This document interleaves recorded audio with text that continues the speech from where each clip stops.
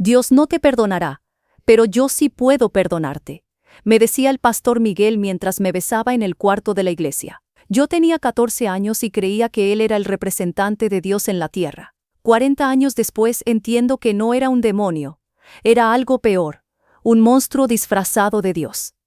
Buenos días a todos los que me están viendo. Mi nombre es Soledad Herrera Castillo. Tengo 72 años y vivo aquí en Puebla, México. Durante toda mi vida he sido conocida como una mujer devota, que nunca falta a misa, que reza el rosario todas las noches, que ha criado a sus hijos en el camino de la fe. Pero hay una verdad terrible que he ocultado durante casi 60 años. Una verdad que me ha carcomido el alma y que finalmente he decidido contar.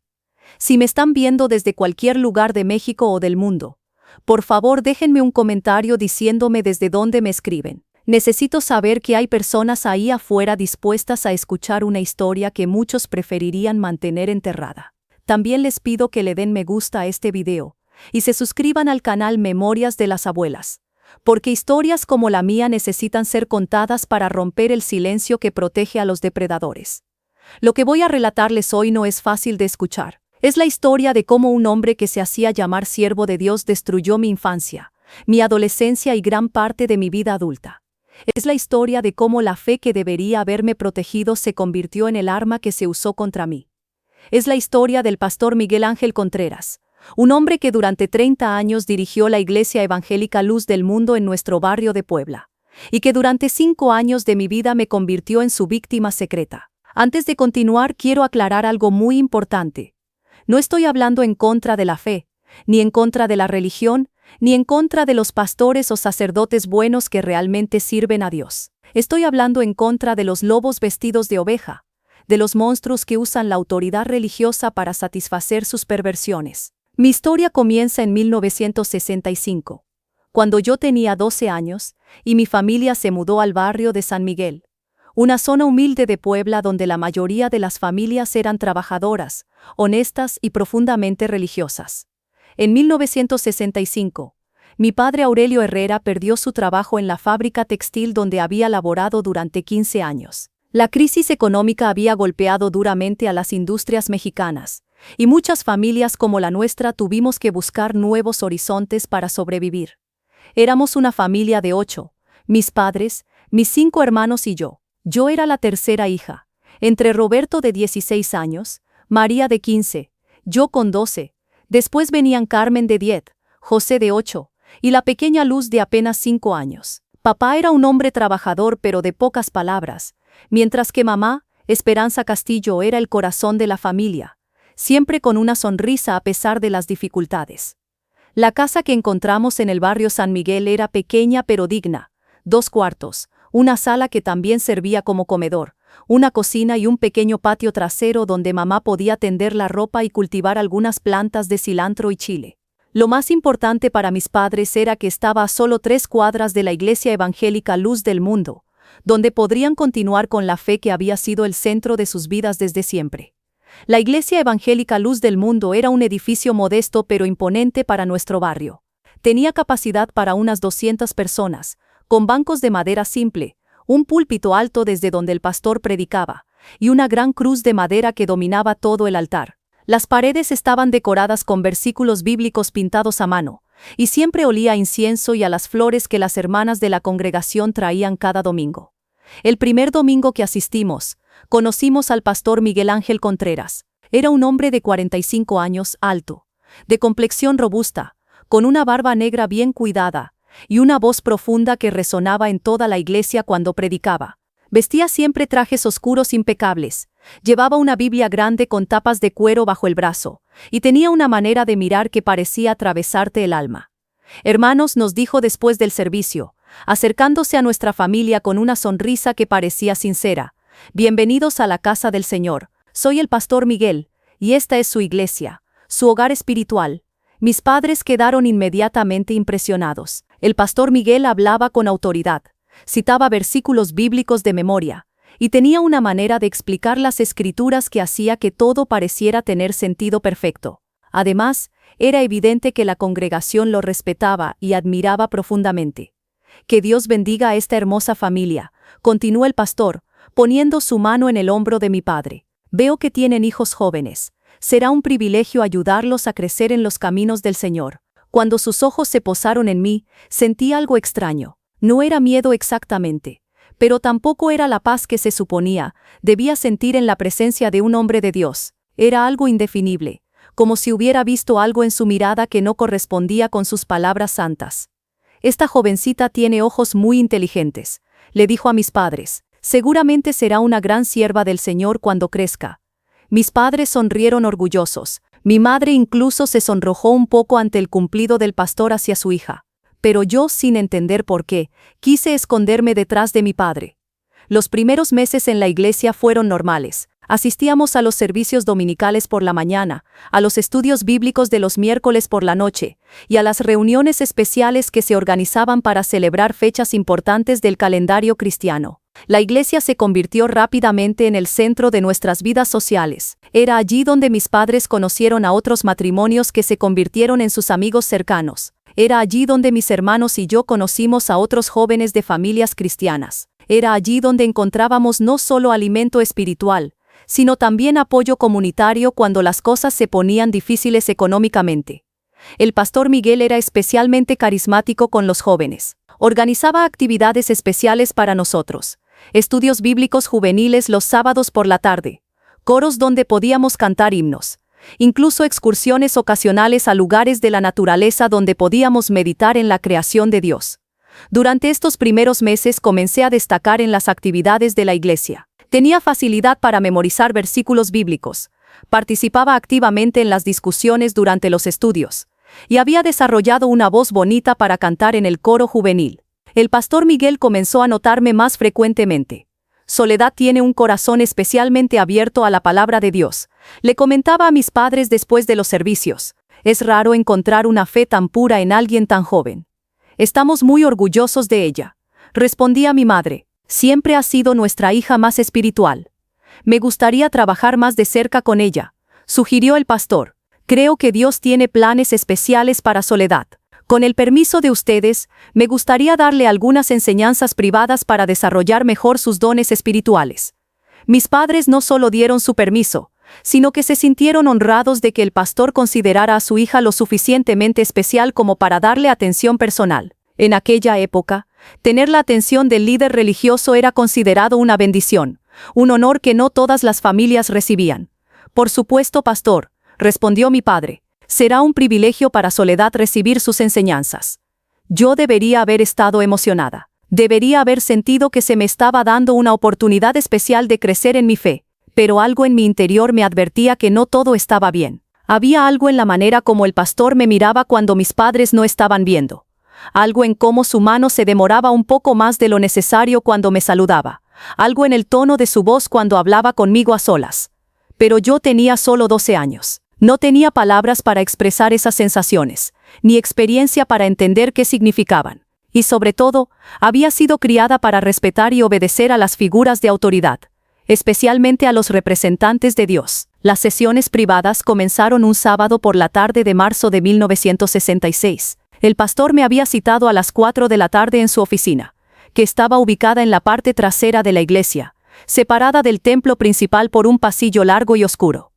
Dile a tus padres que las enseñanzas pueden durar hasta 2 horas. Me había instruido durante la semana. Necesitamos tiempo suficiente para que realmente puedas absorber lo que Dios quiere enseñarte. La oficina del pastor era un lugar que inspiraba respeto y un poco de temor. Las paredes estaban llenas de libros religiosos.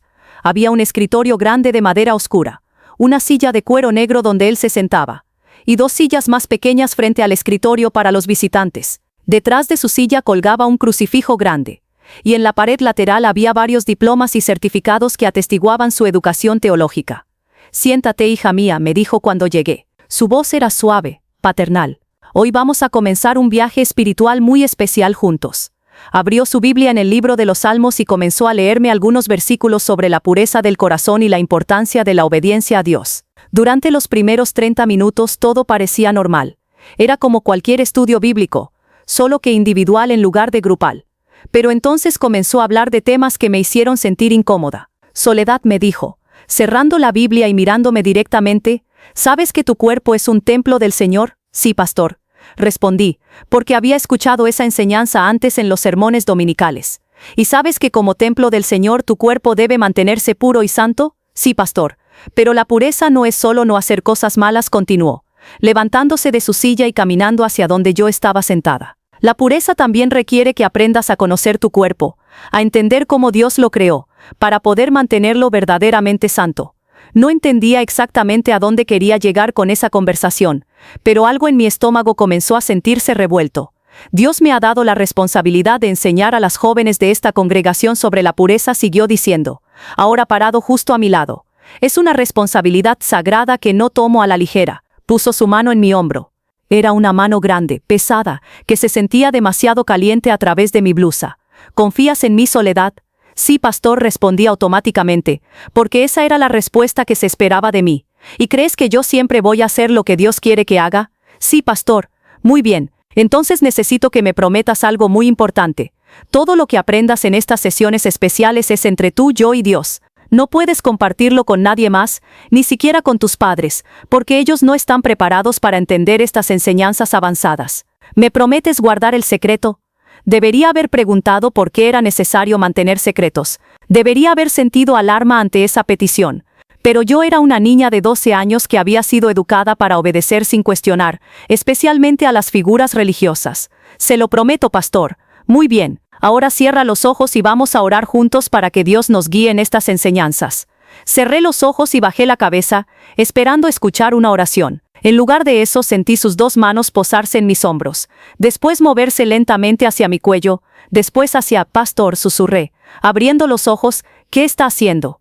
Shh, me dijo suavemente, esto es parte de la enseñanza. Dios me está mostrando cómo enseñarte sobre la pureza de tu cuerpo. Confía en mí. Sus manos siguieron moviéndose hacia lugares donde no deberían estar.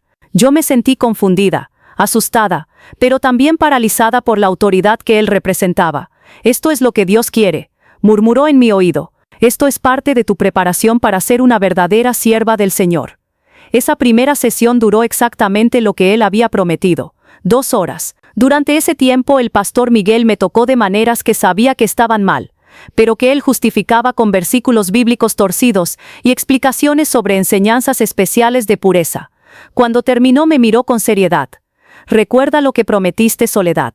Esto es entre nosotros y Dios. Si le cuentas a alguien no van a entender, y van a pensar que tú hiciste algo malo. Además, Dios se enojaría mucho contigo por romper una promesa sagrada. Salí de esa oficina sintiéndome sucia, confundida y terriblemente sola. Pero también sintiéndome culpable, como si yo hubiera hecho algo malo, aunque no entendía exactamente qué. Esa noche, durante la cena familiar, mis padres me preguntaron cómo había estado la sesión especial con el pastor. Muy bien, mentí. Aprendí mucho sobre la pureza. ¡Qué bendición!, sonrió mi madre. El pastor Miguel es realmente un hombre de Dios. Si ella supiera lo que realmente había pasado en esa oficina. Las sesiones especiales se convirtieron en una rutina semanal. Cada sábado por la tarde, yo tenía que presentarme en la oficina del pastor Miguel para lo que él llamaba enseñanzas avanzadas de pureza y santidad. Con cada sesión, los abusos se volvían más invasivos, más explícitos, pero también se volvían más elaboradamente justificados con retorcidas interpretaciones bíblicas que él parecía inventar sobre la marcha. En el Antiguo Testamento, me explicaba mientras me tocaba de maneras inapropiadas. Los sacerdotes tenían que examinar a las mujeres para determinar si estaban limpias o impuras ante Dios. Yo soy tu pastor, tu sacerdote espiritual, y esta es mi responsabilidad contigo. Jesús lavó los pies de sus discípulos para enseñarles sobre la humildad.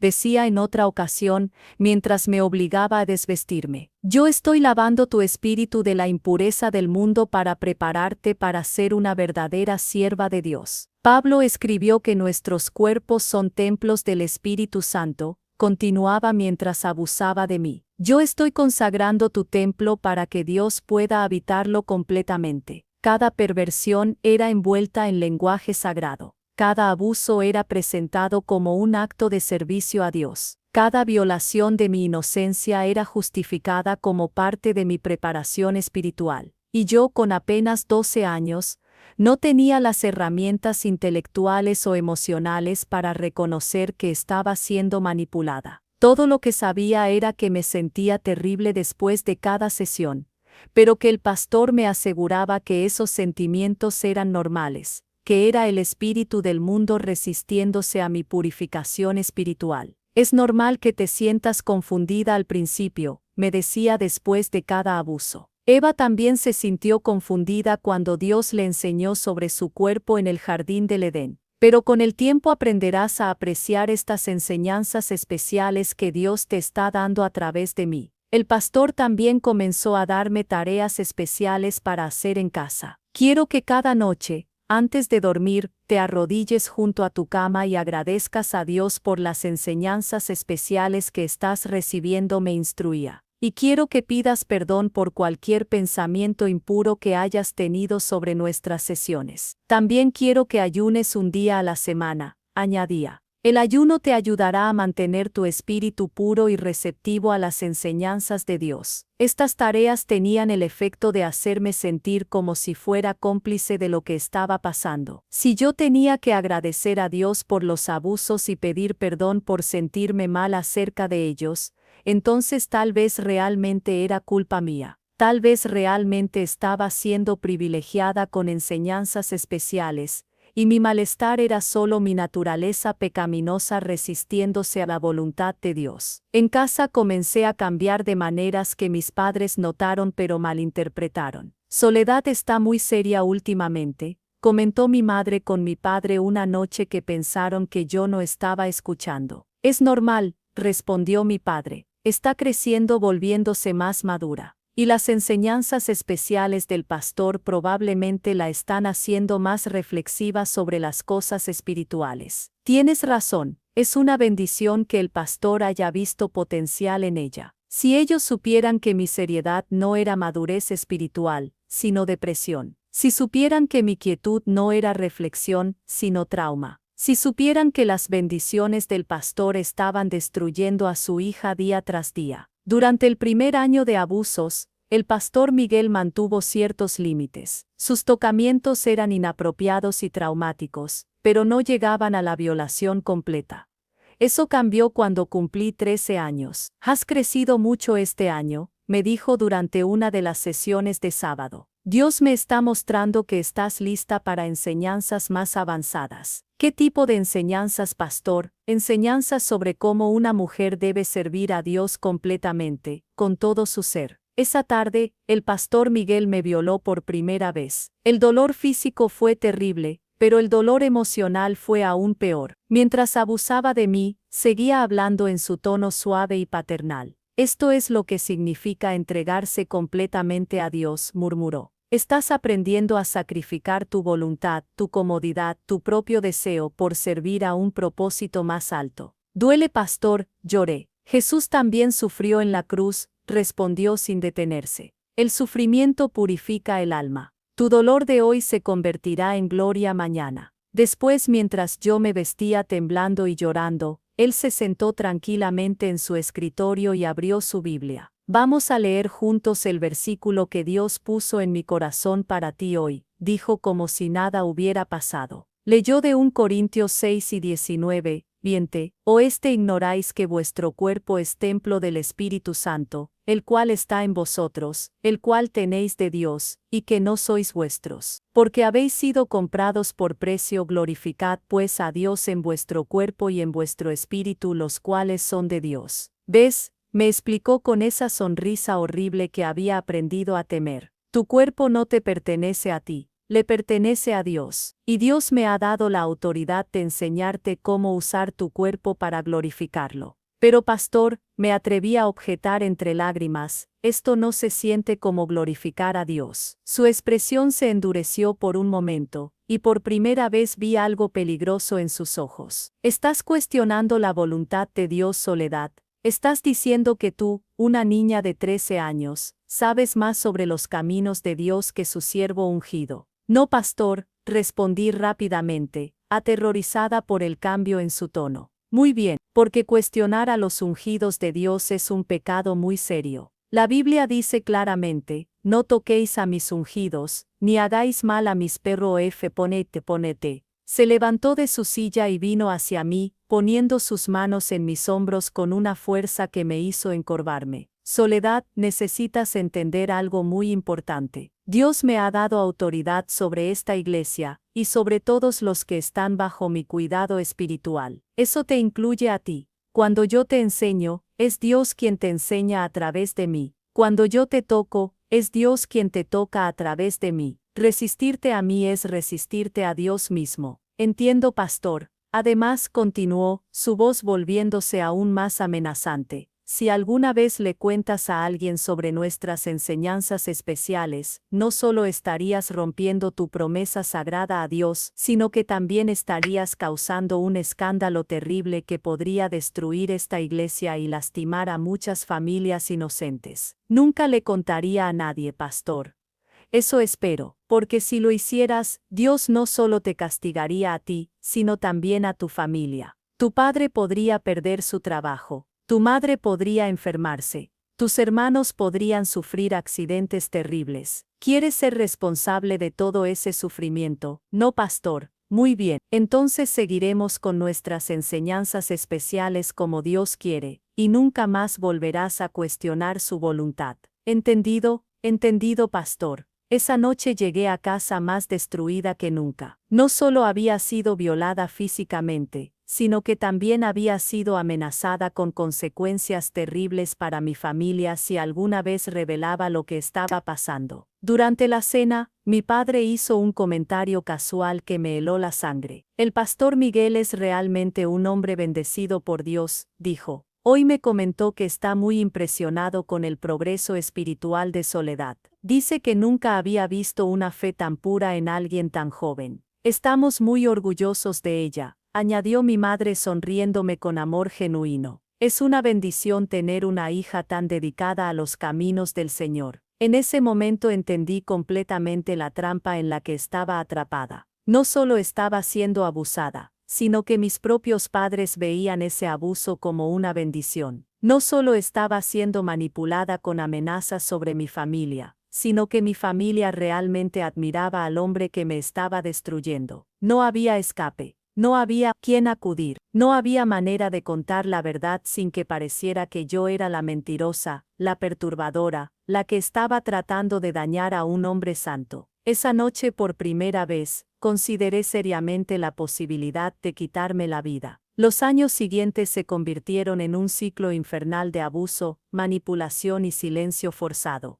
Cada sábado era una nueva tortura. Cada domingo tenía que sentarme en la iglesia y escuchar al pastor Miguel predicar sobre pureza, santidad y los caminos de Dios, sabiendo exactamente qué tipo de monstruo era realmente. Lo más perturbador era cómo él podía cambiar completamente su personalidad dependiendo de quién estuviera presente. En público, frente a la congregación, era el pastor perfecto, carismático, sabio, compasivo. Citaba versículos con elocuencia, consolaba a los afligidos, guiaba a los perdidos. La gente lo adoraba genuinamente, pero en privado, en esa oficina maldita, se convertía en algo completamente diferente. Sus ojos se volvían fríos y calculadores, sus manos se volvían posesivas y crueles, su voz se volvía manipuladora y amenazante. ¿Cómo estuvo tu semana, mi pequeña sierva?, me preguntaba cada sábado cuando yo llegaba a su oficina. Bien, pastor, respondía automáticamente, porque había aprendido que cualquier otra respuesta solo prolongaba el sufrimiento. ¿Oraste cada noche como te enseñé? Sí, pastor. ¿Ayunaste el día que te indiqué? Sí, pastor. Muy bien, Dios está muy complacido contigo. Ahora vamos a continuar con tus enseñanzas especiales. Y entonces comenzaba otra sesión de horror que duraba 2 horas completas. Durante este tiempo el pastor también comenzó a enseñarme sobre diferentes tipos de abuso, siempre justificándolos con referencias bíblicas torcidas. En el Antiguo Testamento, me explicaba mientras me forzaba a hacer cosas terribles. Las vírgenes consagradas tenían que servir en el templo de maneras muy especiales. Esto es parte de tu consagración como sierva especial de Dios. El apóstol Pablo escribió sobre convertirse en siervo de todos para ganar algunos para Cristo. Decía en otra ocasión: Tú estás aprendiendo verdadero servicio cristiano. Jesús dijo que debemos negarnos a nosotros mismos, tomar nuestra cruz y seguirlo, murmuró mientras abusaba de mí. Tu cruz es aprender a someterte completamente a la voluntad de Dios expresada a través de mí. Con el tiempo los abusos se volvieron más frecuentes. Ya no eran solo los sábados. El pastor comenzó a visitarme en casa cuando mis padres no estaban. Vine a ver cómo está mi estudiante especial, le decía a mi madre cuando ella estaba presente. Soledad está progresando tanto en sus estudios espirituales, que siento que Dios me está dirigiendo a darle enseñanzas adicionales. ¡Qué bendición, pastor!, respondía mi madre, honrada de que el líder de la iglesia quisiera pasar tiempo extra con su hija. Por favor, siéntase en libertad de venir cuando guste. Soledad siempre está disponible para las enseñanzas del Señor. Si ella supiera que cada vez que le daba esa bienvenida al pastor, le estaba entregando a su hija para ser violada nuevamente. Las visitas a casa eran aún peores que las sesiones en la oficina, porque tenían que ser más silenciosas y rápidas. El pastor tenía que abusar de mí en mi propio cuarto, en el lugar donde se suponía que debía sentirme más segura, mientras mis hermanos jugaban en el patio, y mi madre cocinaba en la cocina, sin tener idea de lo que estaba pasando a solo unos metros de distancia. Si haces cualquier ruido, me susurraba al oído mientras me violaba, tu madre va a venir a ver qué pasa, y va a encontrarnos así. ¿Cómo le vas a explicar? ¿Cómo vas a hacerle entender que su hija es una seductora que provocó a su pastor santo? La amenaza de ser descubierta en esa situación me aterrorizaba tanto que me quedaba completamente inmóvil, conteniendo hasta la respiración, mientras él hacía lo que quería conmigo. Para cuando cumplí 15 años, llevaba 3 años siendo abusada sistemáticamente. Los efectos en mi personalidad y comportamiento eran evidentes, pero todos a mi alrededor los malinterpretaban. Había perdido mucho peso porque apenas podía comer. El estómago se me revolvía constantemente, especialmente los sábados por la mañana cuando sabía lo que me esperaba esa tarde. Soledad está muy delgada, comentaba mi madre con preocupación. Tal vez está ayunando demasiado en su dedicación espiritual. Es normal, la tranquilizaba mi padre. Las personas verdaderamente espirituales a menudo muestran disciplina física. Mira a los santos, muchos de ellos eran muy delgados por sus sacrificios por Dios. También había desarrollado insomnio severo. No podía dormir, porque cada vez que cerraba los ojos, veía el rostro del pastor Miguel. Sentía sus manos en mi cuerpo, escuchaba su voz susurrando perversiones envueltas en lenguaje religioso. Soledad se ve muy cansada últimamente, observó mi hermana María. Debe estar estudiando mucho la Biblia, respondió mi madre. El pastor dice que nunca había visto a alguien tan dedicada a aprender la palabra de Dios. Pero el cambio más notorio era en mi comportamiento hacia los hombres en general. No podía soportar que ningún hombre me tocara. Ni siquiera mi propio padre cuando intentaba darme un abrazo cariñoso. Me encogía instintivamente ante cualquier contacto masculino. Soledad se está volviendo muy tímida, comentaba mi padre, herido porque su hija ya no le demostraba afecto físico. Tal vez es normal a su edad.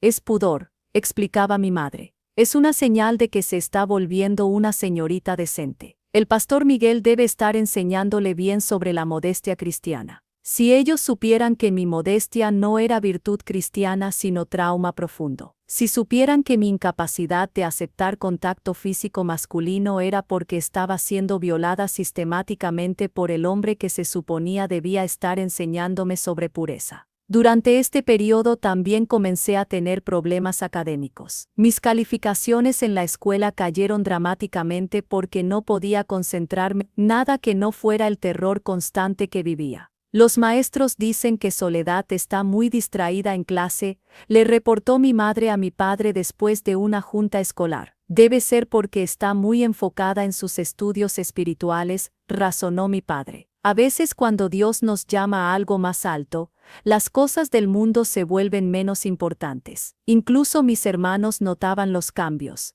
pero también los malinterpretaban. Soledad ya no juega con nosotros, se quejó mi hermana pequeña Luz. Solo se queda sentada mirando a la nada. Es porque está creciendo en el Señor, le explicó mi hermana mayor María. Las personas espirituales a veces necesitan mucho tiempo para meditar y orar. La ironía cruel era que mientras yo me desintegraba por dentro, mi reputación como joven ejemplar en la iglesia seguía creciendo. El pastor Miguel se aseguraba de elogiarme públicamente de maneras que reforzaran la percepción de que yo era especialmente bendecida. Hermanos, decía desde el púlpito los domingos, quiero que miren el ejemplo de nuestra hermana Soledad. A su corta edad ya muestra una madurez espiritual que muchos adultos podrían envidiar. Dios ha puesto algo especial en esta joven, continuaba mientras yo me sentía como si fuera a vomitar. Es un privilegio para nuestra congregación tener entre nosotros a alguien tan dedicada a los caminos del Señor. Después del servicio, las hermanas de la iglesia se acercaban a felicitar a mis padres. ¡Qué bendición tienen en Soledad!, les decían. Es raro ver una fe tan profunda en alguien tan joven. El pastor Miguel habla muy bien de ella, añadían otras. Dice que tiene un futuro muy prometedor como sierva de Dios. Mis padres sonreían orgullosos, sin saber que cada elogio era como una puñalada en mi corazón, porque sabía exactamente por qué el pastor hablaba tan bien de mí. Para cuando cumplí 16 años, ya no podía soportar más. Había pasado 4 años siendo violada sistemáticamente, y sentía que cada día me moría un poco más por dentro. Tenía que encontrar una manera de detener el horror, sin importar las consecuencias. Mi primera idea fue simplemente dejar de ir a las sesiones del sábado. Un sábado por la tarde, cuando era hora de ir a la oficina del pastor, me quedé en mi cuarto fingiendo estar enferma. Soledad, me gritó mi madre desde la sala. El pastor Miguel está esperándote en la iglesia. Me siento muy mal, mamá, respondí desde mi cama. Creo que tengo fiebre. Mi madre entró al cuarto y puso su mano en mi frente. Efectivamente tenía temperatura, pero era por el estrés y el pánico, no por alguna enfermedad. Pobrecita, murmuró con genuina preocupación. Voy a llamar al pastor para avisarle que estás enferma. 20 minutos después, el pastor Miguel estaba en la puerta de mi casa. Vine a ver cómo está mi estudiante especial, le dijo a mi madre. Cuando escuché que estaba enferma, sentí que Dios me dirigía a venir personalmente a orar por su sanidad. ¡Qué bondadoso es usted, pastor!, exclamó mi madre. Por favor, pase. Soledad está en su cuarto. Mi corazón se detuvo. Había tratado de evitar ir a la iglesia, y él había venido a mi casa. No había escape. Hermana Esperanza, le dijo el pastor a mi madre. ¿Sería posible que me permitiera orar a solas con Soledad? A veces Dios nos muestra cosas específicas durante la oración que requieren privacidad. Por supuesto, pastor, los dejaré solos para que puedan orar tranquilos. Cuando el pastor entró a mi cuarto y cerró la puerta, su máscara de preocupación pastoral desapareció inmediatamente. ¿Qué crees que estás haciendo?, me susurró con una voz llena de ira contenida. Estoy enferma, pastor, mentí débilmente. No me mientas, estás tratando de evitar nuestras enseñanzas. ¿Acaso has olvidado lo que pasará si no cumples con tus obligaciones espirituales? Se acercó a mi cama con esa mirada que había aprendido a temer más que a la muerte misma. Tu madre está en la cocina, murmuró mientras comenzaba a tocarme, esperando a que termine de orar por ti. Si haces cualquier ruido, va a venir a ver qué pasa. ¿Quieres que tu propia madre te descubra en esta situación? Me violó allí mismo, en mi propia cama, mientras mi madre cocinaba a solo unos metros de distancia, creyendo que su pastor santo estaba orando por la salud de su hija. Cuando terminó, se arregló la ropa tranquilamente y salió del cuarto como si nada hubiera pasado. Hermana Esperanza, le dijo a mi madre con voz piadosa. Dios me mostró durante la oración que Soledad se va a sentir mejor muy pronto. Solo necesita descanso y seguir siendo obediente a las enseñanzas que está recibiendo. Gracias, pastor, usted es realmente un hombre de Dios. También me mostró que es muy importante que Soledad no falte más a sus enseñanzas especiales. Dios tiene planes muy específicos para ella, y la consistencia es crucial. No se preocupe, pastor, me aseguraré de que Soledad esté disponible para todas sus enseñanzas. Después de que se fue, mi madre entró a mi cuarto sonriendo. ¿Qué tal estuvo la oración, hija? Muy bien, mamá. Mentí, sintiendo que cada palabra era veneno en mi boca. El pastor dice que te vas a sentir mejor pronto, y que es muy importante que no faltes más a tus estudios con él. Entiendo, mamá. Eres muy afortunada de tener a un pastor que se preocupa tanto por ti. No todas las jóvenes reciben atención espiritual tan personal. Esa noche entendí que no había manera de escapar. No importaba lo que hiciera, él siempre encontraría una forma de llegar a mí, y lo peor era que mi propia familia estaba ayudándolo sin saberlo. Mi segundo intento de escape fue más desesperado. Decidí intentar contarle la verdad a mi hermana mayor María, que entonces tenía 19 años y ya estaba comprometida para casarse. Una noche, cuando compartíamos el cuarto como cuando éramos pequeñas, reuní todo mi valor para hablar. María, susurré en la oscuridad, necesito contarte algo muy importante. ¿Qué pasa, Soledad? Es sobre las enseñanzas especiales que recibo del pastor Miguel. ¿Qué tienen? No son enseñanzas normales. Él me hace cosas que no están bien. María se incorporó en su cama y encendió la lámpara pequeña que teníamos en el cuarto. ¿De qué estás hablando? Él me toca de maneras que no debería. Me hace hacer cosas terribles. Y dice que es parte de mi enseñanza espiritual, pero yo sé que está mal. María me miró con una expresión que no pude interpretar. Durante un momento largo, no dijo nada. Luego su rostro se endureció. Soledad, ¿te das cuenta de lo que estás diciendo? Sí, y es cierto. Él me ha estado lastimando durante años. Estás acusando al pastor Miguel, un hombre santo, de actos terribles. Porque es verdad, María. Por favor, tienes que creerme. No puedo creer que estés diciendo estas cosas, respondió con una voz llena de decepción y enojo. El pastor Miguel es el hombre más piadoso que conozco. Ha dedicado su vida a servir a Dios y a ayudar a nuestra familia. María, por favor, no, Soledad. No sé qué está pasando contigo últimamente, pero inventar historias terribles sobre nuestro pastor es un pecado muy grave. No estoy inventando nada. Shh, me calló. Vas a despertar a toda la familia. Mira, no sé si estás teniendo pesadillas, o si estás confundida, o si tal vez el diablo está poniendo pensamientos malvados en tu mente, pero necesitas parar con estas acusaciones terribles. María, soy tu hermana. ¿Por qué iba a mentir sobre algo así?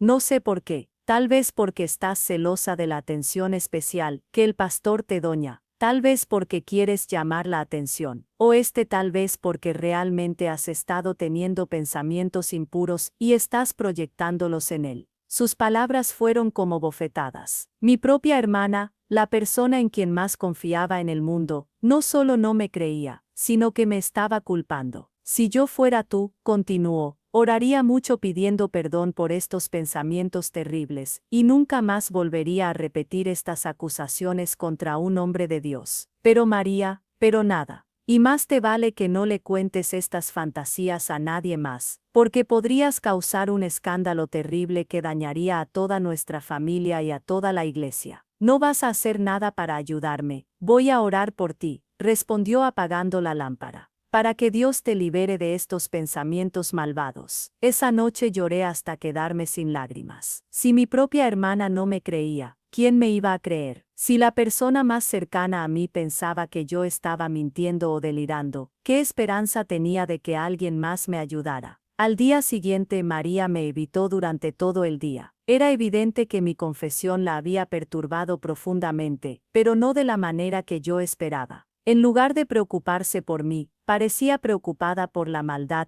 que yo había mostrado al hacer tales acusaciones. Peor aún, el sábado siguiente, cuando fui a mi sesión especial con el pastor Miguel, él me recibió con una sonrisa especialmente cruel. Tu hermana María vino a verme esta semana, me dijo apenas cerró la puerta de su oficina. Mi sangre se heló. Estaba muy preocupada por ti. Me contó que has estado teniendo pensamientos muy perturbadores sobre mí. Pastor, no necesitas explicar nada. Entiendo perfectamente lo que está pasando. Es normal que una joven en tu etapa de desarrollo confunda los sentimientos espirituales con sentimientos carnales. Eso no es lo que tu hermana hizo bien en venir a mí en lugar de contarle a tus padres. Imagínate la vergüenza que habría causado para toda tu familia si hubiera esparcido rumores sobre estos pensamientos impuros que estás teniendo. No son pensamientos impuros. Usted me está lastimando. Soledad, dijo con voz súbitamente severa, necesitas entender algo muy claramente. Tu hermana María ya sabe que has estado teniendo fantasías sexuales sobre mí. Si sigues insistiendo en estas acusaciones, voy a tener que contarles a tus padres que su hija tiene una mente pervertida que está inventando historias sucias sobre su pastor. Pero usted sabe que no estoy inventando nada. Yo solo sé que una jovencita confundida está teniendo pensamientos carnales sobre un hombre mayor y está tratando de justificarlos acusándolo de actos terribles. Por favor, pastor. La alternativa es muy simple, continuó implacablemente. Puedes aceptar que estos sentimientos confusos que tienes son normales para tu edad, pedirle perdón a Dios por tener pensamientos impuros sobre tu pastor, y continuar con tus enseñanzas especiales como si nada hubiera pasado. O puedo contarles a tus padres que su hija tiene una mente tan pervertida que está inventando fantasías sexuales sobre mí y tratando de destruir mi reputación con acusaciones falsas. En ese momento entendí completamente el genio maligno de este hombre. No solo me había estado abusando durante años, sino que había construido la situación perfecta donde cualquier intento de revelar la verdad solo me haría ver como la culpable. Si contaba lo que estaba pasando, él ya tenía preparada la historia de que yo era una adolescente confundida con fantasías sexuales sobre él. Mi propia hermana ya había confirmado que yo había hecho acusaciones contra él, lo cual él podía usar como evidencia de mis supuestos pensamientos impuros. ¿Qué va a hacer Soledad?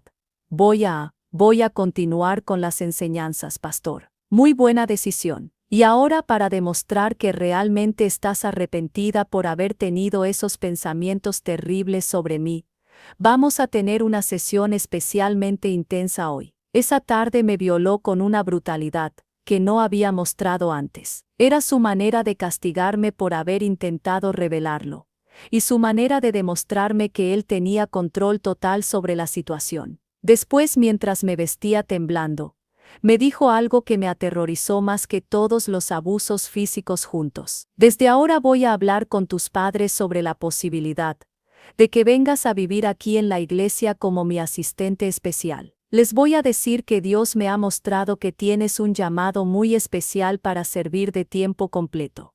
¿Qué? Hay un cuartito detrás de la iglesia que se puede acondicionar para ti. Podrías ayudarme con las tareas administrativas durante el día y continuar con tus enseñanzas especiales todas las noches. No, pastor, por favor, es lo que Dios quiere para ti, Soledad. Y después de tu comportamiento de esta semana, creo que necesitas una supervisión más cercana para asegurar que no vuelvas a tener pensamientos impuros. Esa noche llegué a casa sabiendo que tenía que encontrar una salida antes de que él lograra convencer a mis padres de entregarme completamente a su control. Si eso pasaba, no habría absolutamente ninguna esperanza de escape. La salvación llegó de la manera más inesperada.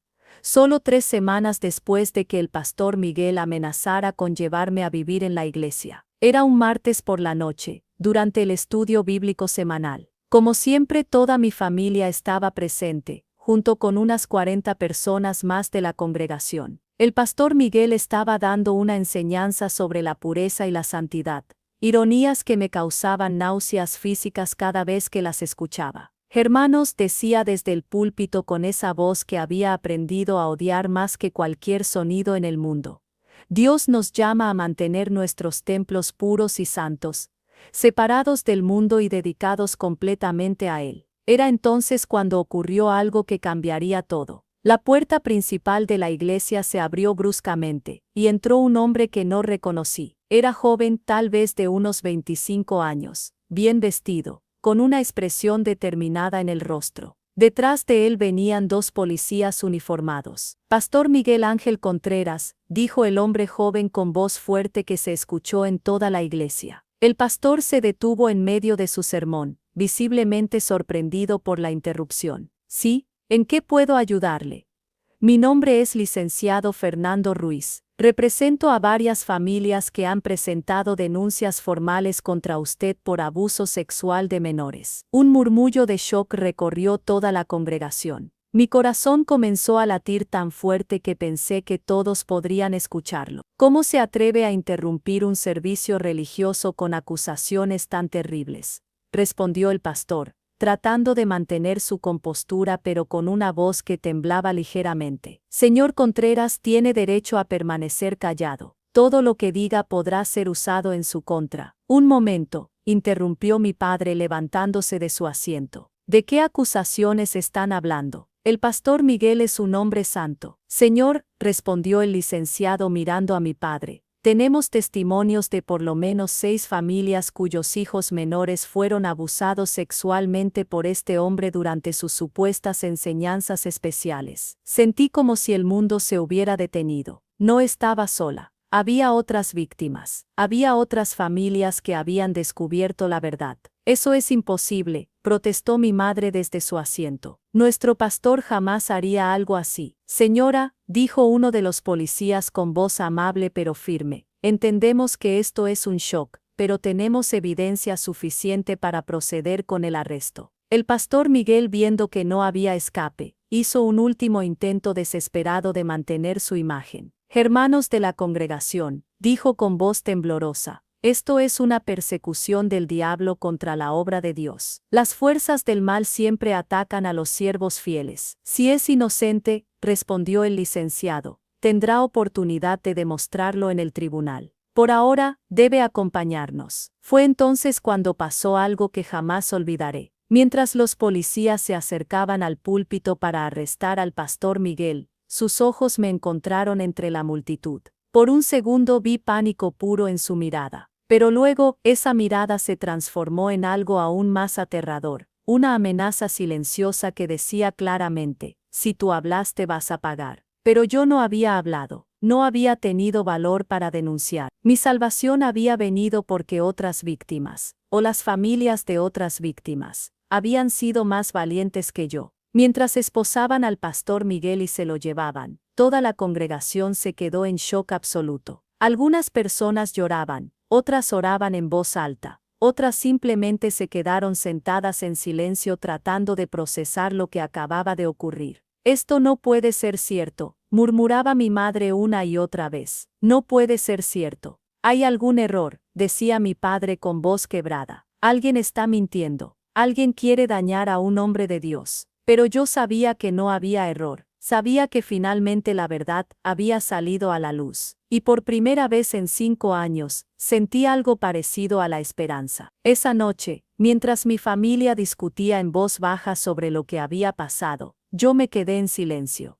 Quería contarles que yo también había sido víctima, que las acusaciones eran ciertas, que el hombre que habían admirado durante años era realmente un monstruo. Pero el terror que había vivido durante tanto tiempo no podía desaparecer en una sola noche. La manipulación, las amenazas, la culpa que él había implantado en mi mente, todo seguía ahí. Tendría que pasar mucho tiempo antes de que encontrara la voz para contar mi propia historia. Los días siguientes fueron un torbellino de revelaciones que sacudieron a toda nuestra comunidad. Los periódicos locales comenzaron a reportar detalles del caso. La televisión envió reporteros para cubrir la historia. Y gradualmente, la verdad completa sobre el pastor Miguel Ángel Contreras comenzó a salir a la luz. No había sido solo 6 familias, como había dicho inicialmente el licenciado. En total, se presentaron testimonios de 12 familias diferentes cuyos hijos habían sido abusados durante enseñanzas especiales. Las víctimas tenían edades que iban desde los 10 hasta los 18 años, tanto niñas como niños. Pastor de iglesia evangélica, arrestado por abuso sexual múltiple, leían los titulares. Líder religioso usaba enseñanzas especiales para abusar de menores durante 5 años. 12 familias demandan a pastor por abuso sexual sistemático. Cada artículo que leía, me confirmaba que mi experiencia no había sido única. El pastor Miguel había desarrollado un sistema elaborado para identificar, preparar y abusar de víctimas, siempre usando su autoridad religiosa como herramienta de manipulación. Según los reportes, su método era siempre el mismo. Identificaba a niños y adolescentes de familias especialmente devotas. Los seleccionaba para enseñanzas especiales, los aislaba gradualmente de sus familias y comunidades, y luego usaba una combinación de manipulación religiosa y amenazas para mantenerlos callados. El acusado utilizaba versículos bíblicos torcidos para justificar sus actos. Reportaba uno de los periódicos. Les decía a sus víctimas que el abuso era parte de su preparación espiritual, y que revelar lo que pasaba sería un pecado contra Dios. Era exactamente lo que me había hecho a mí. También amenazaba a las víctimas con consecuencias terribles para sus familias si revelaban los abusos. Continuaba el artículo. Muchas de las víctimas mantuvieron silencio durante años por miedo a que sus familias sufrieran represalias divinas. Leyendo esos reportes, por primera vez entendí completamente que nada de lo que me había pasado había sido mi culpa, que no había sido especialmente malvada o impura como él me había hecho creer, que era simplemente una víctima de un depredador sofisticado que había usado la fe que mi familia me había enseñado como arma contra mí. Pero entender eso intelectualmente y sanarme emocionalmente eran dos cosas muy diferentes. Mi familia, como la mayoría de las familias en la congregación, estaba devastada, no solo por la traición de alguien en quien habían confiado completamente, sino también por la culpa de no haber visto las señales, de no haber protegido a sus propios hijos. ¿Cómo no me di cuenta? Lloraba mi madre noche tras noche. ¿Cómo pude ser tan ciega?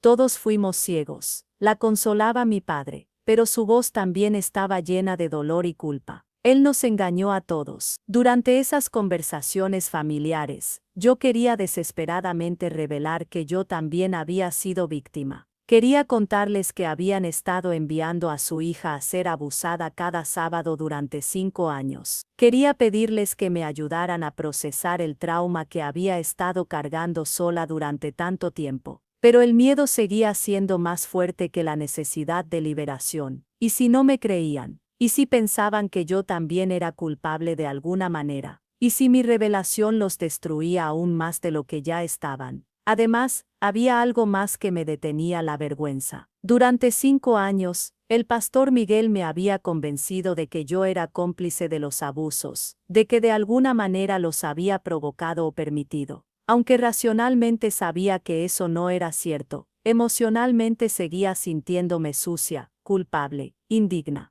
El juicio del pastor Miguel Ángel Contreras comenzó 6 meses después de su arresto. Para entonces, el número de víctimas identificadas había crecido a 18, y el caso se había convertido en uno de los más grandes escándalos de abuso clerical en la historia de Puebla. Mi familia y yo asistimos a varias de las sesiones del juicio. Mis padres decían que necesitaban estar ahí para buscar la verdad y para apoyar a las víctimas, sin saber que su propia hija era una de ellas. Escuchar los testimonios de otras víctimas fue al mismo tiempo devastador y liberador. Devastador porque confirmaba la magnitud del mal que ese hombre había causado. Liberador porque finalmente entendía que no estaba sola, que mi experiencia había sido compartida por muchos otros. El acusado me decía que Dios le había dado autoridad especial sobre mi cuerpo. Testificó una niña de 14 años cuya identidad estaba protegida. Me decía que resistirme a él era resistirme a Dios. Esas palabras eran casi idénticas a las que el pastor me había dicho a mí. Me amenazó con que si le contaba a alguien, Dios castigaría a toda mi familia.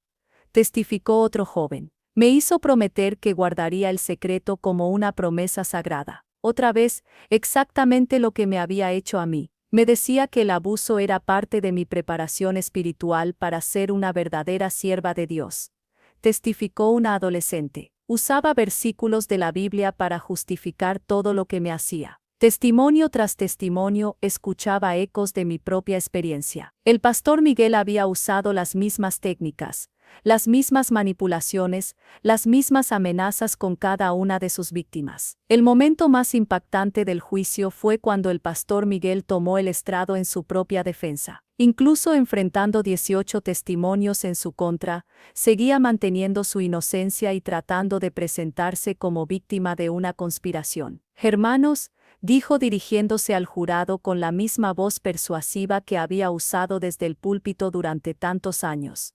Soy víctima de una persecución terrible. Estas acusaciones son fabricadas por fuerzas que quieren destruir la obra de Dios. Durante 30 años he servido fielmente a mi comunidad, continuó. He dedicado mi vida a enseñar a los jóvenes los caminos del Señor. ¿Es posible que un hombre que ha hecho tanto bien sea capaz de los actos terribles de los que me acusan? Por un momento, viendo su actuación convincente, temí que pudiera manipular al jurado de la misma manera que había manipulado a nuestras familias durante años. Pero la evidencia en su contra era abrumadora. Señor Contreras, le preguntó el fiscal durante el contrainterrogatorio.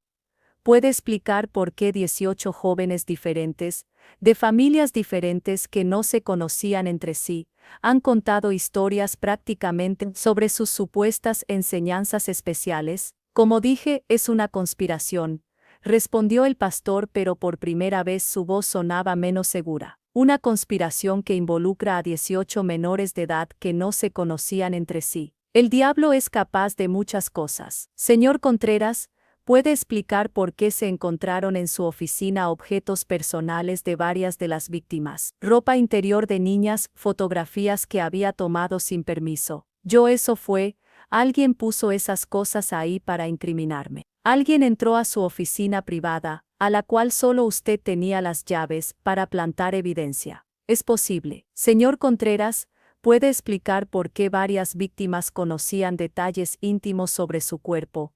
Marcas de nacimiento en lugares que no serían visibles a menos que estuvieran en situaciones de desnudez. Esa pregunta lo dejó sin respuesta. Se quedó en silencio durante casi un minuto completo antes de murmurar algo incoherente sobre interpretaciones maliciosas. El jurado se tardó menos de 3 horas en deliberar. Lo encontraron culpable de todos los cargos, 18 cuentos de abuso sexual de menores, intimidación de testigos y uso de autoridad religiosa para cometer delitos. La sentencia fue de 40 años de prisión sin posibilidad de libertad condicional. Cuando el juez leyó el veredicto, el pastor Miguel finalmente perdió su compostura. Gritó que era una injusticia, que Dios lo vengaría, que todos los que testificaron en su contra serían castigados. Tuvieron que sacarlo de la sala esposado mientras seguía gritando amenazas. Esa fue la última vez que vi al hombre que había destruido mi adolescencia. Después del juicio,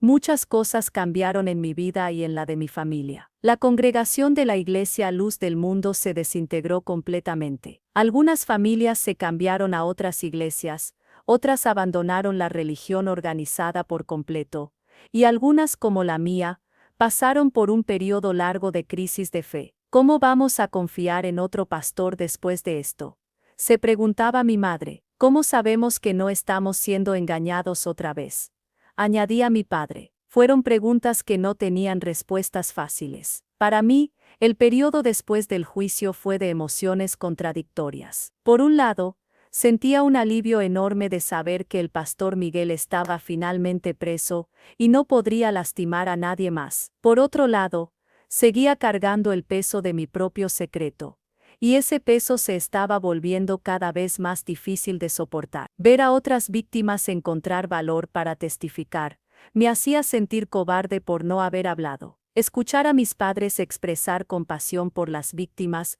me hacía querer revelar que su propia hija había sido una de ellas. Pero el miedo y la vergüenza seguían siendo más fuertes que mi necesidad de liberación. Durante este tiempo, comencé a tener pesadillas más frecuentes e intensas. Ataques de pánico que me dejaban sin aliento. Momentos de disociación donde me sentía como si estuviera viendo mi propia vida desde afuera. Soledad ha estado muy nerviosa desde el juicio, comentó mi madre con mi padre una noche que pensaron que no estaba escuchando. Es normal, respondió mi padre. Todos estamos afectados por descubrir que confiamos en un monstruo durante tantos años. Tal vez deberíamos buscar ayuda profesional para ella. ¿Un psicólogo? No sé. Esperanza, ¿qué va a pensar la gente? Me importa más nuestra hija que lo que piense la gente. Esa conversación me dio esperanza. Si mis padres estaban considerando buscar ayuda profesional para mí, tal vez también estarían abiertos a escuchar la verdad sobre lo que me había pasado. Pero una vez más, el miedo me paralizó. ¿Y si buscar terapia significaba que tenía que contar toda la verdad? Estaba preparada para eso. La decisión se tomó por mí cuando durante una noche especialmente mala de pesadillas, desperté gritando tan fuerte que toda la familia se alarmó. Cuando mi madre vino a consolarme, no pude parar de llorar durante horas. Ya es suficiente, declaró mi padre a la mañana siguiente. Vamos a buscar ayuda profesional para Soledad. Sea lo que sea que la está afectando, necesita ser tratado. La psicóloga que mis padres encontraron era una mujer madura llamada doctora Patricia Mendoza. Tenía experiencia trabajando con víctimas de trauma, y desde la primera sesión me hizo sentir que era un lugar seguro para hablar. Soledad, me dijo durante nuestra primera reunión, todo lo que hablemos aquí es completamente confidencial. No le voy a contar nada a tus padres, a menos que tú me des permiso específico.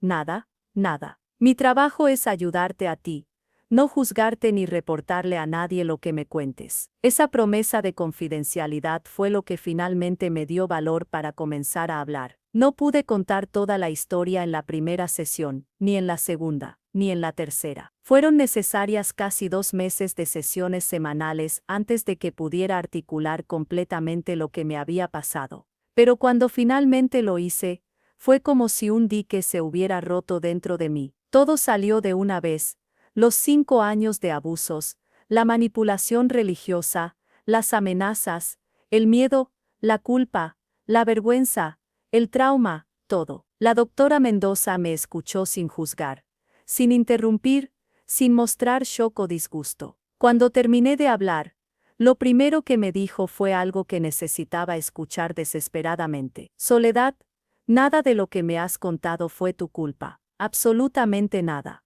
Pero yo nunca lo detuve, protesté. Nunca dije que no claramente. Eras una niña siendo manipulada por un adulto en posición de autoridad absoluta. No tenías las herramientas emocionales o intelectuales para resistir lo que te estaba haciendo. Pero debí haberle contado a alguien. Él te manipuló para que no lo hicieras. Usó tu fe, tu amor por tu familia, tu respeto por la autoridad religiosa, todo en tu contra. Eso no te hace cómplice, te hace víctima. Esas palabras fueron el comienzo de mi verdadera sanación. Por primera vez en años, alguien me estaba diciendo que no era culpable, que no era sucia, que no era cómplice de mi propio abuso. ¿Crees que debería contarle a mi familia?, le pregunté. Esa es una decisión que solo tú puedes tomar, respondió. Pero creo que mantener este secreto te está causando tanto daño como el abuso original. Y si no me creen, basándome en lo que me has contado sobre tus padres, creo que te van a creer, y creo que van a querer ayudarte. Y si me culpan, si lo hacen será porque están procesando su propio dolor y culpa por no haberte protegido. Pero eso no significa que tengas la culpa. Después de 3 meses de terapia, finalmente reuní el valor para contarle la verdad a mi familia. Elegí un domingo por la tarde, cuando toda la familia estaba reunida en casa. Mis hermanos mayores ya se habían casado y tenían sus propias familias.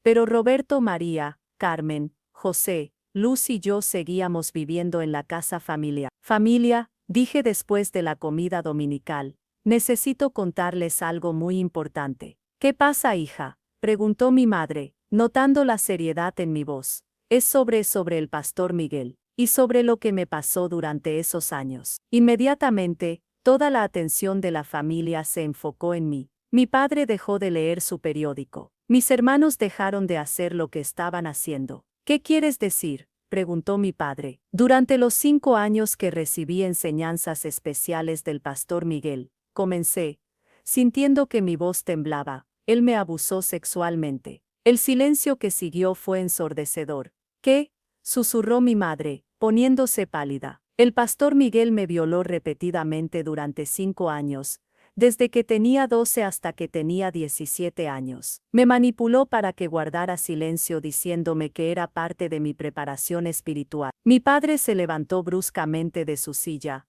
su rostro transformándose en una máscara de horror y rabia. ¿Estás diciendo que ese monstruo te... Sí, papá. Me abusó cada sábado, durante nuestras sesiones especiales, y a veces venía a casa cuando ustedes no estaban. Mi madre comenzó a llorar silenciosamente, llevándose las manos al rostro. ¿Por qué no nos dijiste?, preguntó mi hermano José, con voz quebrada, porque él me convenció de que nadie me creería. Me dijo que si hablaba, ustedes pensarían que yo lo había provocado. Me amenazó con que Dios castigaría a toda la familia si revelaba nuestro secreto sagrado.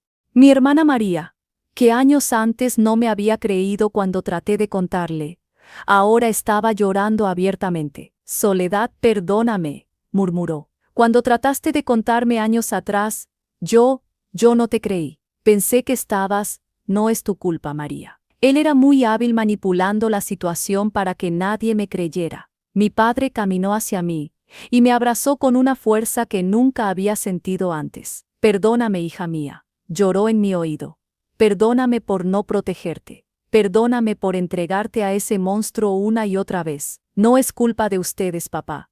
Él nos engañó a todos. Ese hijo de perra, murmuró mi padre entre dientes, usando un lenguaje que nunca lo había escuchado usar antes. Ese maldito hijo de perra. Aurelio, murmuró mi madre, pero no había reproche en su voz. Entendía la rabia que mi padre sentía. Esa noche, por primera vez en años, me sentí verdaderamente parte de mi familia otra vez. El secreto que me había aislado durante tanto tiempo finalmente había sido revelado, y en lugar de rechazo, había encontrado amor, apoyo y comprensión. ¿Por qué no testificaste en el juicio?, preguntó mi hermana Carmen. No tenía valor. Después de tantos años de silencio, no podía encontrar mi voz. ¿Te arrepientes de no haber hablado?, preguntó mi hermano Roberto. Sí y no. Me arrepiento de no haber podido ayudar a obtener justicia para todas nosotras. Pero también entiendo que no estaba emocionalmente preparada para enfrentar eso públicamente. ¿Hay algo que podamos hacer ahora?, preguntó mi padre. Solo amarme y apoyarme mientras sigo sanando, respondí. Y tal vez ayudarme a encontrar a otras víctimas que aún no han hablado, para que sepan que no están solas. Los años que siguieron a mi revelación familiar fueron de sanación gradual pero constante. Continué con la terapia psicológica, que me ayudó a procesar el trauma y a desarrollar herramientas para lidiar con los efectos duraderos del abuso. También comencé a involucrarme en grupos de apoyo para sobrevivientes de abuso sexual. Conocer a otras mujeres que habían pasado por experiencias similares me ayudó a entender que mi proceso de sanación era normal, que los altibajos emocionales que experimentaba eran parte natural de la recuperación. La sanación no es una línea recta, me explicó la doctora Mendoza. Habrá días buenos y días malos. Lo importante es no juzgarte por los días malos. Una de las decisiones más importantes que tomé durante este periodo fue volver a involucrarme con la fe, pero de una manera completamente diferente. Después de años de asociar la religión con el trauma, necesitaba encontrar una manera de separar mi relación con Dios de mi experiencia con el pastor Miguel. Dios no te hizo daño, me recordaba constantemente la doctora Mendoza. Un hombre malvado que usó el nombre de Dios te hizo daño. Hay una diferencia muy importante. Comencé a asistir a una iglesia diferente, mucho más grande, donde había múltiples pastores y sistemas de supervisión que hacían imposible que una sola persona tuviera control absoluto. También me uní a un grupo de estudio bíblico dirigido por mujeres, donde podía explorar mi fe en un ambiente que se sentía seguro. Lentamente, muy lentamente, comencé a reconstruir mi relación con Dios. Entendí que la fe que había sido usada como arma contra mí también podía ser una fuente de sanación y fuerza. En 1985 Boteín, cuando tenía 25 años, conocí a un hombre maravilloso llamado Ricardo Morales. Era maestro de escuela primaria, un hombre gentil y paciente que entendía que yo cargaba heridas del pasado sin presionarme para que le revelara detalles antes de que estuviera lista. Cuando finalmente le conté mi historia, su reacción fue de apoyo absoluto. Gracias por confiar en mí lo suficiente para contarme, me dijo. Eso no cambia nada de lo que siento por ti, solo me hace admirarte más por la fuerza que has mostrado para sobrevivir y sanar. Nos casamos en 1987, y tuvimos 3 hijos maravillosos, Ana, Carlos y Patricia. Ser madre me dio una perspectiva completamente nueva sobre la importancia de proteger a los niños y de enseñarles a identificar y reportar comportamientos inapropiados de adultos. Desde que mis hijos fueron muy pequeños, Les enseñé sobre la seguridad corporal, sobre la diferencia entre secretos buenos y secretos malos, sobre la importancia de contarme cualquier cosa que los hiciera sentir incómodos, sin importar quién fuera la persona involucrada. Nadie tiene derecho a tocar tu cuerpo de maneras que te hagan sentir incómodo, les decía repetidamente. Y si alguien te dice que mantengas un secreto sobre tocamientos, esa persona está haciendo algo malo. También me involucré en organizaciones dedicadas a la prevención del abuso infantil. Comencé a dar charlas en escuelas e iglesias sobre cómo reconocer las señales de abuso y cómo crear ambientes seguros para los niños. Durante todas estas décadas, una de las preguntas que más me han hecho es, ¿cómo lograste sobreponerte a una experiencia tan terrible?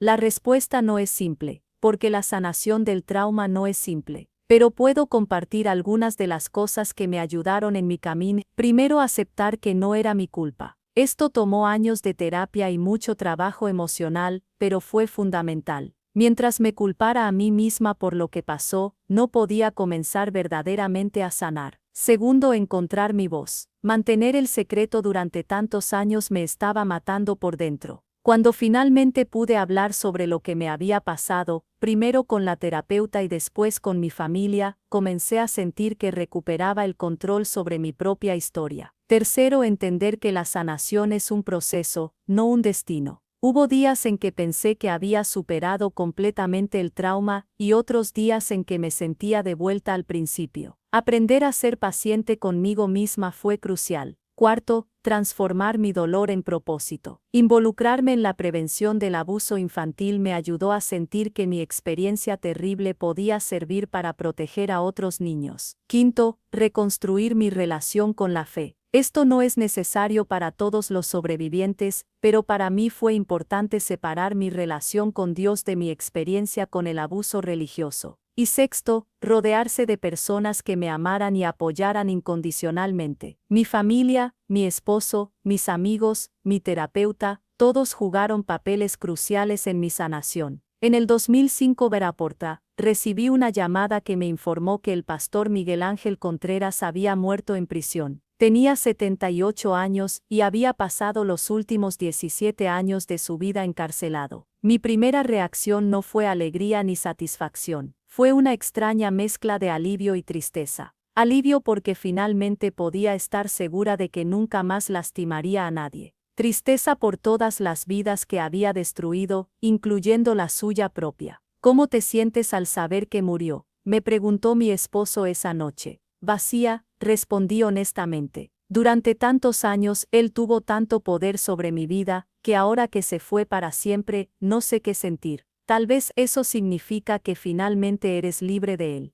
Tal vez. En los años siguientes, reflexioné mucho sobre el legado que ese hombre había dejado. Había lastimado a 18 víctimas conocidas, probablemente más que nunca encontraron valor para hablar. Había destruido la fe de cientos de familias. Había causado un daño incalculable a nuestra comunidad. Pero también había algo más. Sin saberlo, había unido a sus víctimas en una hermandad de sobrevivientes que se apoyaban mutuamente. Había inspirado cambios en las políticas de muchas iglesias para prevenir futuros abusos. Había creado conciencia sobre un problema que durante demasiado tiempo había sido ocultado por vergüenza y silencio. Su maldad había generado, contra su voluntad, mucho bien. Ahora tengo 72 años. Mis hijos son adultos exitosos con sus propias familias. Mis nietos son la luz de mi vida. He tenido una carrera significativa, un matrimonio hermoso, y la satisfacción de saber que mi trabajo de prevención ha ayudado a proteger a muchos niños. Entonces, ¿por qué he decidido contar públicamente mi historia ahora, después de tantos años? Porque aunque hemos progresado mucho en la conciencia sobre el abuso infantil, aún hay demasiados niños sufriendo en silencio. Aún hay demasiados depredadores usando posiciones de autoridad para lastimar a los vulnerables. Aún hay demasiadas familias que no saben cómo reconocer las señales o cómo responder cuando un niño se atreve a hablar. Mi historia no es única.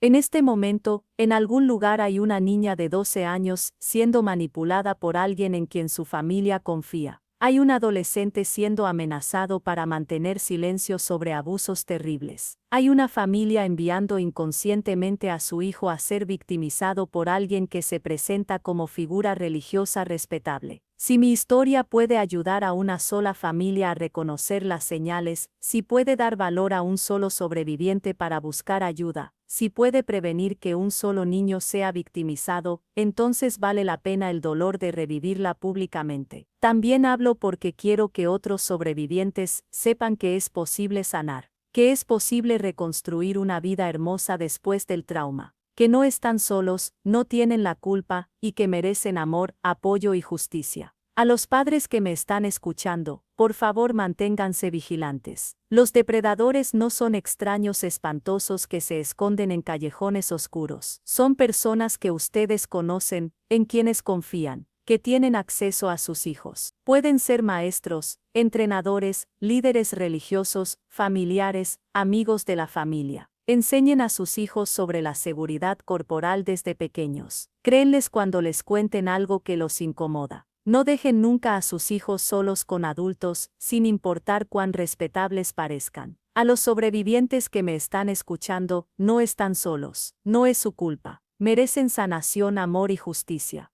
Busquen ayuda profesional. Hablen con personas en quienes confían. Unan sus voces con otros sobrevivientes. Su historia importa, su dolor es válido, y su sanación es posible. A las comunidades religiosas, por favor, implementen políticas estrictas de protección infantil. Nunca permitan que un solo adulto tenga acceso sin supervisión a menores. Crean a los niños que reportan comportamientos inapropiados. No protejan a los perpetradores por el bien de la reputación de la institución. Y finalmente, a los depredadores que puedan estar escuchando esto, sus víctimas están encontrando sus voces. Las comunidades están volviéndose más conscientes. Las leyes están cambiando. Su tiempo se está acabando. Mi nombre es Soledad Herrera Castillo. Tengo 72 años. Soy sobreviviente de abuso sexual religioso. He sanado, he prosperado, he encontrado paz. Y estoy aquí para decirles que aunque el pastor Miguel Ángel Contreras pensó que me había destruido, estaba equivocado. Al final, fui yo quien sobrevivió. Fui yo quien prosperó. Fui yo quien encontró la manera de transformar el dolor en propósito. Él murió en una celda de prisión, solo y despreciado. Yo estoy aquí, rodeada de amor, con una vida plena y significativa. Al final, el bien triunfó sobre el mal. La luz triunfó sobre la oscuridad. La verdad triunfó sobre la mentira. Y siempre será así. Gracias por escuchar mi historia. Que Dios los bendiga y los proteja a ustedes y a sus familias.